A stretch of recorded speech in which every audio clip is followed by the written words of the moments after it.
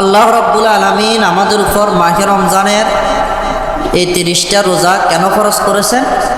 লাআল্লাকুম তাত্তাকুন, যাতে আমরা তাকওয়া অর্জন করতে পারি। যারা তাকওয়া অর্জন করে, যাদের ভিতরে তাকওয়া আছে অর্থাৎ আল্লাহর ভয় আছে, তাদেরকে বলা হয় মুত্তাকি। বলেন কি বলে? মুত্তাকি। মুত্তাকিরাই আল্লাহর জান্নাতে যাবে। মুত্তাকিরা হলো জান্নাতের ওয়ারিস। জোরে বলেন সুবহানাল্লাহ। আল্লাহ রাব্বুল আলামিন বলেছেন, তিলকাল জান্নাতুল্লাতী নুরিসু মিন ইবাদিনা মান কানা তাকিয়া। আল্লাহ বলেছেন এই জান্নাতের ওয়ারিস হচ্ছে মুত্তাকিরা। মুত্তাকিরাই জান্নাতে যাবে। আল্লাহ তাআলা যত জায়গায় কোরআনে পাকের ভিতরে জান্নাতের নাজ নিয়ামতের বর্ণনা দিয়েছেন, সব আয়াতের শেষে আল্লাহ বলেছেন উইদ্দাত লিল মুত্তাকিন, এই জান্নাত আমি মুত্তাকিদের জন্য তৈরি করেছি। সুবহানাল্লাহ বলেন। আর যত জায়গায় জাহান্নামের কথা বলেছেন আল্লাহ তাআলা, জাহান্নামের আয়াতের শেষেই আল্লাহ তাআলা বলেছেন উইদ্দাত লিল কাফিরিন, আমি কাফেরদের জন্য এই জাহান্নামকে বানিয়েছি। নাউজুবিল্লাহ বলেন। আল্লাহ তাআলা বলেছেন ফাত্তাকুন নারাল্লাতী ওয়াকুদুহান নাস ওয়াল হিজারা উইদ্দাত লিল কাফিরিন। আল্লাহ তাআলা বলেন ফাত্তাকুন নারাল্লাতী ওয়াকুদুহান নাস ওয়াল হিজারা, তোমরা ওই জাহান্নামের আগুনকে কি করো? ভয় করো, যে জাহান্নামের ইন্ধন হবে মানুষ এবং পাথর।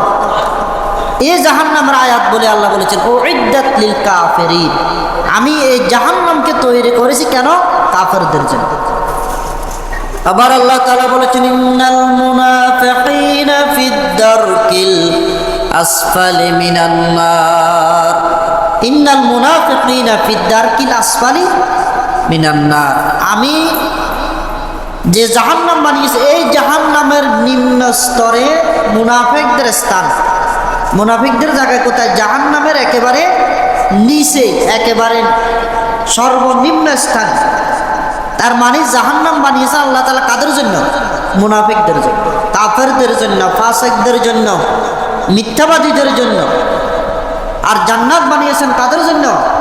মুত্তাকিদের জন্য। উইদ্দাত লিল মুত্তাকিন, আল্লাহ বলেছেন আমি জান্নাত বানিয়েছি মুত্তাকিদের জন্য। ওই জান্নাতের ভিতরে একটা দরজা আছে, ওই দরজার নাম হলো বাবুর রায়্যান। আল্লাহর নবী বলেছেন ইন্না ফিল জান্নাতি বাবান ইউকালু লাহুর রায়্যান, জান্নাতের ভিতরে একটা দরজা আছে, ওই দরজার নাম হলো রায়্যান। কি নাম বলেন? রায়্যান। রায়্যান মানে হচ্ছে সুগন্ধিযুক্ত দরজা। সুবহানাল্লাহ বলেন। আল্লাহ তাআলা কিয়ামতের ময়দানে রোজাদারদেরকে ডাকবে আইনা সাইমুন, ও আমার রোজাদার বান্দারা, যারা আমার ভয়ে সারাদিন কিছু খাও নাই, গুনাহ থেকে বেঁচেছিলে, আজকে তারা কোথায়? আইনা সাইমুন, আইনা সাইমুন, এদিকে আসো। তোমরা কোথায় আছো? তোমরা এই দরজা দিয়ে জান্নাতে চলে যাও। সুবহানাল্লাহ বলেন। ওই জান্নাতে দিয়ে যারা ঢুকবে, ওই জান্নাত দিয়ে ঢোকার পরে জান্নাতি রোজাদার বান্দারা দেখবে ইজা রাআইতা সাম্মা রাআইতা নাঈমান ওয়া মুলকান কাবীরা, তারা দেখবে কি? নিয়ামত আর নিয়ামত। ওই জান্নাতের ভিতরে কি? নিয়ামত আর নিয়ামত। হাদিসে কুদসির ভিতরে আল্লাহ তাআলা বলেছেন আ'আদাতু লিইবাদিয়াস সালিহিন, আমি আমার সালেহীন বান্দাদের জন্য আমি জান্নাতের ভিতরে এমন কিছু তৈরি করে রেখেছি। সালেহীন বান্দা কারা? যারা নামাজি, যারা রোজাদার, যারা দান সদকা করে, যারা মুত্তাকি, তারাই হলো সালেহীন। সালেহীন অর্থ হলো কি? যারা সৎকর্মশীল, ভালো আমল করে, নেক আমল করে। আল্লাহ বলেছেন আ'আদাতু লিইবাদিয়াস সালিহিন, আমি সালেহীন বান্দাদের জন্য তৈরি করে রেখেছি এমন এমন নিয়ামত মা লা আইনুন রাআত, যেটা আমার বান্দারা কখনো চোখে দেখে নাই। সুবহানাল্লাহ বলেন না। ওয়ালা উযুনুন সামিআত, এবং আমার বান্দারা কখনো কানে শুনে নাই। ওয়ালা খাতারা আলা কলবে বাশার, অন্তরে কোনোদিন চিন্তাও করে নাই যে আল্লাহ তাআলা জান্নাতের ভিতরে কত বেশি নিয়ামত আল্লাহ তাআলা দান করেছেন। সুবহানাল্লাহ বলেন। তাহলে বান্দা সেখানে সে দরজা দিয়ে ঢুকে দেখবে রাইতা নাইমা, অনেক নিয়ামত দেখবে, নিয়ামত রাজি দেখবে যেগুলা বান্দা চোখে দেখে নাই, কানে শুনে নাই, অন্তরে কল্পনাও করে নাই। এবং দেখবে কি ওয়া মুলকান কাবীরা, বিশাল রাজত্ব, আল্লাহর জান্নাতের ভিতরে বিশাল রাজত্ব, বিশাল জায়গা যার কোনো দৈর্ঘ্য প্রস্থ নাই। আল্লাহ নবী বলেছেন, আমি যখন মেরাজে গেলাম তখন আমি দেখলাম যে এটা এমন এক জায়গা, মকানে ইয়াবতে খালি আজ মকানিস কেতন মোহরব নবিদা যাওয়া জানিস। একটা জায়গা হইতে হলে সেটার ভিতরে দৈর্ঘ্য থাকতে হবে, প্রস্থ থাকতে হবে, কিন্তু ওইটা এমন এক জায়গা যে জায়গার ভিতরে কোনো দৈর্ঘ্য প্রস্থ নাই, বিশাল রাজত্ব।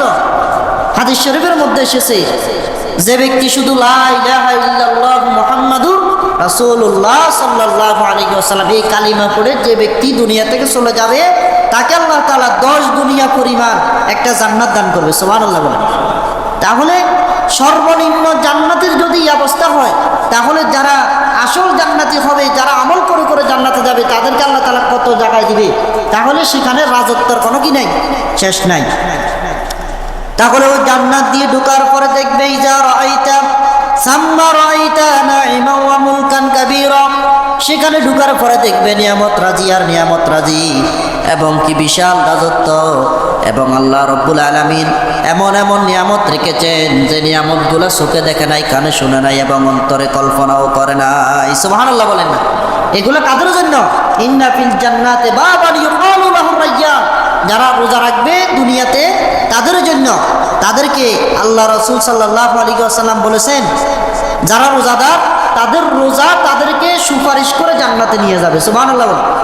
قال رسول الله صلى الله عليه وسلم الصيام والقرآن يشفعان للعبد, মানুষের সিয়াম এবং কোরআন, যারা সিয়াম পালন করে এবং কোরআন তেলাওয়াত করে, মানুষের সিয়াম এবং কোরআন শরীফ তাদেরকে সুপারিশ করবে কিয়ামতের ময়দানে, সুপারিশ করে তাদেরকে জান্নাতে নিয়ে যাবে। সুবহানাল্লাহ বলেন। তাহলে ইয়াকুলু সিয়াম কিভাবে সুপারিশ করবে, সেখানে আল্লাহ রাসূল সাল্লাল্লাহু আলাইহি ওয়াসাল্লাম বলেছেন, ইয়াকুলু সিয়াম, সিয়াম রোজা আল্লাহকে বলবে, আয় রব্বি, হি আমার রব, মানাতুত তুআম ওয়াশ শাহওয়াত বিন নাহার, আপনার এই বান্দা দিনের বেলায় খানা খায় নাই এবং স্ত্রীর সাথে মেলামেশা করে নাই, কোনো যৌন কর্ম করে নাই, ফাশাফিনি ফিহি, হি আল্লাহ আপনি আমার এই সুপারিশ কি করেন, গ্রহণ করেন, এই সুপারিশ মঞ্জুর করেন। তখন আল্লাহ তাআলা ওই রোজার সেই সুপারিশ কি করবে, গ্রহণ করবে। সুবহানাল্লাহ বলেন। বলা হচ্ছে যে এই দুইটা জিনিস সুপারিশ করবে এবং সুপারিশ অবশ্যই কবুল হবে। সুবহানাল্লাহ বলেন। এরপর ওয়ায়াকুলুল কুরআন, কোরআন বলবে, মানাআতুন নাওমে বিল্লাইল ফাশাফিনি ফিহি, কোরআন বলবে, হে আল্লাহ সারাদিন রোজা রেখে আপনার বান্দা রাত্রিবেলায় দাঁড়িয়ে দাঁড়িয়ে তারাবির নামাজ আদায় করেছে, আপনি আজকে তাকে জান্নাত দিয়ে দেন। ফায়াশফাআন, নবীজি বলেন কোরআন এবং রোজা এই দুইটা জিনিস সুপারিশ করে বান্দাকে জান্নাতে নিয়ে যাবে। সুবহানাল্লাহ বলেন না। হাদিস শরীফের মধ্যে এসেছে, কোরআন কিয়ামতের ময়দানে বান্দার জন্য কি করবে, সুপারিশ করবে। আল কোরআন হুজ্জাতুল লাকা আও আলাইক, কোরআন হয়তো বান্দার পক্ষে সাক্ষী দিবে, না হলে বিপক্ষে সাক্ষী দিবে। আপনি ফজরের সময় কোরআন পড়েন, আল্লাহ রাব্বুল আলামিন বলেছেন, ইন্না কুরআনাল ফাজরি কানা মাশহুদা, তোমরা বেশি করে ফজরে কোরআন পড়ো, তাহলে কোরআন কিয়ামতের ময়দানে তোমাদের জন্য কি হবে, সাক্ষী হবে, কবরের মধ্যে সাক্ষী হবে। ইজা উদিয়াল মাইয়িতু ফি কবরিহি জা আল কোরআন ইনদা রাসিহি, বান্দাকে যখন কবরের ভিতরে রাখা হবে তখন কোরআন মাথার কাছে এসে তার জন্য কি করবে, সুপারিশ করবে, আযাবকে বলবে মাথার কাছ থেকে আসিও না। তাহলে কোরআন এবং সিয়াম আমাদের জন্য কিয়ামতের ময়দানে সুপারিশ করবে, এই কথার উপর ঈমান আছে কিনা? আছে ইনশাআল্লাহ বলেন সবাই। আল্লাহ যেন এই রোজা এবং কোরআন শরীফ যেন আমাদেরকে, এই কোরআন মাজিদ যেন কিয়ামতের ময়দানে আমাদেরকে জান্নাত দান করে, সুপারিশ করে, সবাই বলেন আমিন। قال رسول الله صلى الله عليه وسلم المرأة إذا صلت خمسها وصامت شهرها وأحسنت فرجها وأطاعت بعلها فليدخل من أي أبواب الجنة شاءت, নবী করিম সাল্লাল্লাহু আলাইহি সাল্লাম মাহে রমজান সম্পর্কে বলেছেন যে আল মারআতু ইজা সাল্লাত খামসাহা, যে মহিলা 5 ওয়াক্ত নামাজ পড়ে ওই মহিলা জান্নাতের যে কোনো দরজা দিয়ে জান্নাতে যেতে পারবে। সুবহানাল্লাহ বলেন। তাহলে 1 নম্বর শর্ত কি? আল মারআতু ইজা সাল্লাত খামসাহা, 5 ওয়াক্ত নামাজ পড়তে হবে। যে মহিলা 5 ওয়াক্ত নামাজ পড়ে সে কখনো বেপরদায় চলতে পারে না, সে কখনো অশ্লীলতা সে গ্রহণ করতে পারে না, শরীয়ত বিরোধী কাজ করতে পারে না। কারণ যে ব্যক্তি নামাজ পড়ে মহিলা হোক পুরুষ হোক, তার দ্বারা কোনো পাপের কাজ, অশ্লীল কাজ এটা তার দ্বারা করা সম্ভব হবে না। এই কথা ঘোষণা দিয়েছেন কে? আল্লাহ। ইন্নাস সালাতা তানহা আনিল ফাহশাই ওয়াল মুনকার ওয়ালা যিকরুল্লাহি আকবার।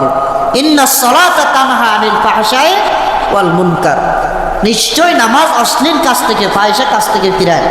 যে মহিলা ফাহিশা কাজ থেকে ফিরে বেপরদায় চলে না, ওই ব্যক্তি জান্নাতে যাবে, ওই মহিলা জান্নাতে যাবে।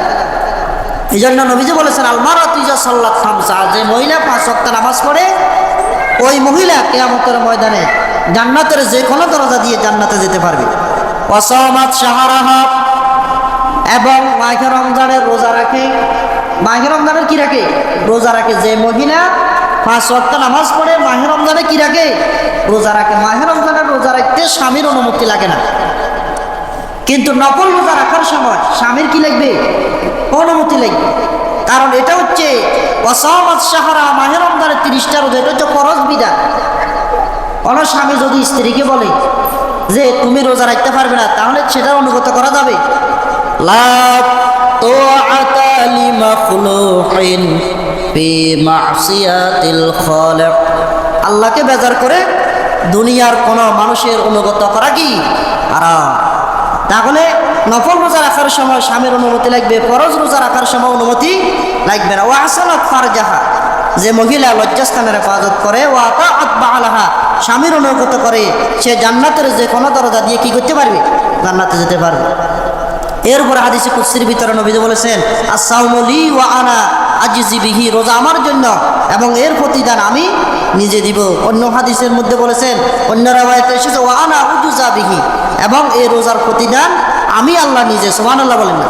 জান্নাতের ভিতরে আল্লাহ তাআলা যত নিয়ামত দিবে, হুর দিবে, গেলমা দিবে, এগুলো সবচেয়ে বড় নিয়ামত। তো বড় নিয়ামত হলো আল্লাহর দিদার। হুরে গেলমা जितने नेमत है तू, सबसे बेहतर नेमते दीदार तू। हुर गिलमा जितने नेमत है तू, सबसे बेहतर नेमत दीदार तू। সবচাইতে বড় নিয়ামত কি? হুর নয়, গেলমা নয়, আল্লাহর দিদার। সুবহানাল্লাহ বলেন। এজন্য কবি বলতেছে জান্নাত ও দোজখ সে ইয়া রব কিয়া করো, আরজু হায় মায়ে তুজে দেখা করো। হে আল্লাহ, আমি জান্নাত জাহান্নাম দিয়ে কি করব? আমার দরকার হলো কি? যে আপনার সন্তুষ্টি। বড় পীর আব্দুল কাদের জিলানী রহমতুল্লাহ আলাইহি বলেছেন যে হে আল্লাহ, আপনি যদি আমার জান্নাত দেন, ওই জান্নাতের ভিতরে আপনি আল্লাহ না থাকলে আমার ওই জান্নাতের দরকার নাই। আর যদি আমাকে জাহান্নাম দেন, আর ওই জাহান্নামের ভিতরে যদি আপনি মাঝে মধ্যে এসে যদি একবার জিজ্ঞেস করেন ও জিলানী তুমি কেমন আছো, তাহলে আমাকে ওই জাহান্নাম দেন, ওই জাহান্নামটা আমার জন্য জান্নাত হয়ে যাবে। সুবহানাল্লাহ বলেন। এজন্য হুরে গেলমা জিতনে নেমত হায় তো, सबसे बेहतर नेमते दीदार तू। হুর গেলমা এটা সবচেয়ে বড় নিয়ামত নয়, বড় নিয়ামত হচ্ছে আল্লাহ পাকের দিদার। আল্লাহ পাক রব্বুল আলামিন আমাদেরকে যেন এই সিয়াম সাধনার মাধ্যমে আমরা যেন আল্লাহর দিদার পেতে পারি। রোজাদারদের জন্য দুইটা খুশি, লিসাইমি ফারহাতান, ফারহাতুন ইনদা ফিতরিহি, একটা হলো ইফতারের সময়, আরেকটা হলো ওয়া ইনদা লিকাই রাব্বিহি, কিয়ামতের ময়দানে যখন রোজাদার বান্দা আল্লাহর সাক্ষাৎ পাবে তখন তার জন্য আরেকটা খুশি হবে। এজন্য আমরা যেন এই রোজার মাধ্যমে আমরা যেন আল্লাহ পাকের দিদার অর্জন করতে পারি। আল্লাহ পাক রব্বুল আলামিন আমাদেরকে তৌফিক দান করুক। ওয়া আখির দাওয়ানা আলহামদুলিল্লাহি রাব্বিল আলামিন। আসসালামু আলাইকুম ওয়া রাহমাতুল্লাহি ওয়া বারাকাতুহু।